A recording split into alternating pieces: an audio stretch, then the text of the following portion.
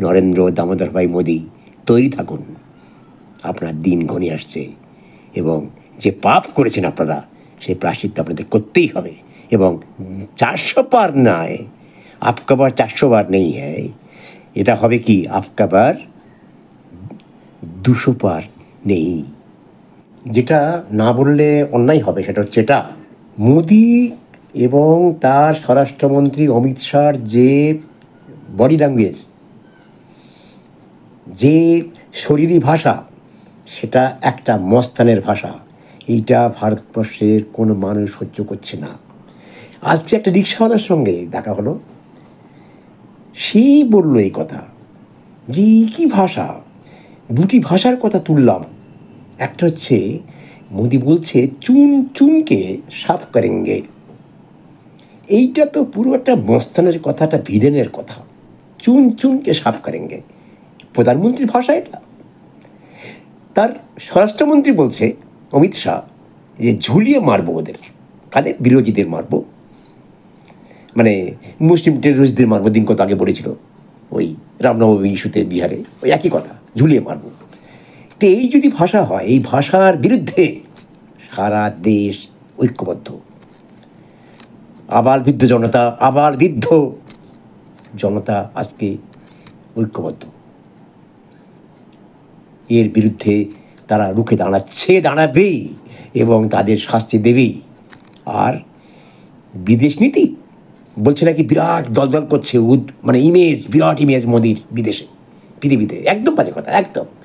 Israel নিয়ে যে 36,000 লোক, শিশু সমেত 36,000 মারা গেল, ঘরবাড়ি পুড়ে গেল পুরোপুরি, কয়েক হাজার ঘরবাড়ি পুড়িয়ে দিল বোম মেরে মেরে, সেই জায়গাতে মোদি সমর্থন করছে ইসরায়েলকে। সারা বিশ্ব মুসলিম দেশগুলো, আরব দেশগুলো আজকে ইন্ডিয়ার বিরুদ্ধে। আজকে যদি ইরান ইসরায়েল যুদ্ধ হয়, সেখানে তো ইসরায়েলের পক্ষে যাবে ইন্ডিয়া, কিন্তু ইরানের পক্ষে যাচ্ছে তৃতীয় বিশ্ব। সুতরাং আজকে মোদির কিন্তু কোনো রকম বিশ্ব বিদেশ নীতিতে, বিশ্ব রাজনীতিতে কোনো ভূমিকা নেই। ব্রিক্সে আমরা সবচেয়ে নিচে, G20-তে আমরা নিচে, এবং G20 যে গতবারে যে দিল্লি সম্মেলন হলো, সে লজ্জার কথা।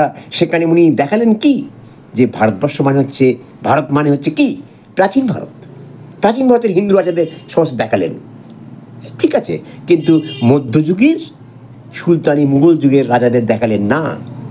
এবং এটাই প্রমাণ করছে যে উনি একটা পুরোপুরি চেপে যাচ্ছে একটা ভারতবর্ষের যে ইতিহাস, সেটাকে, এইটা কিন্তু, এবং বিজ্ঞানকেও তাই, বিজ্ঞানকেও আজকে পুরোপুরি ডাস্টবিনে নিক্ষেপ করছে। তাই ইতিহাস এবং বিজ্ঞানকে যারা ডাস্টবিনে নিক্ষেপ করছে, সেটাকে সমর্থন করবে না যুব সমাজ, শিক্ষিত সমাজ, কেউ। সুতরাং ওদের পাপ ঘনিয়ে এসছে। ওই বললাম না, বাপকে ছাড়ে না, কোনো মতেই আজকে ওরা ফিরে আসছে না। প্রাক্তন প্রধানমন্ত্রী নরেন্দ্র দামোদর ভাই মোদি, তৈরি থাকুন, আপনার দিন ঘনিয়ে আসছে এবং যে পাপ করেছেন আপনারা সেই প্রায়শ্চিত্ত আপনাদের করতেই হবে। এবং 400 পার নয়, আপকা বার 400 বার নেই হ্যাঁ, এটা হবে কি আপকা বার 200 পার নেই, 200-র নিচে থাকবে। এটাই হচ্ছে রাজনৈতিক বিশ্লেষণ, বিজ্ঞানসম্মত বিশ্লেষণ, মানুষের কথা, মনের কথা। এটাই আজকের এই নববর্ষে আমারও কথা।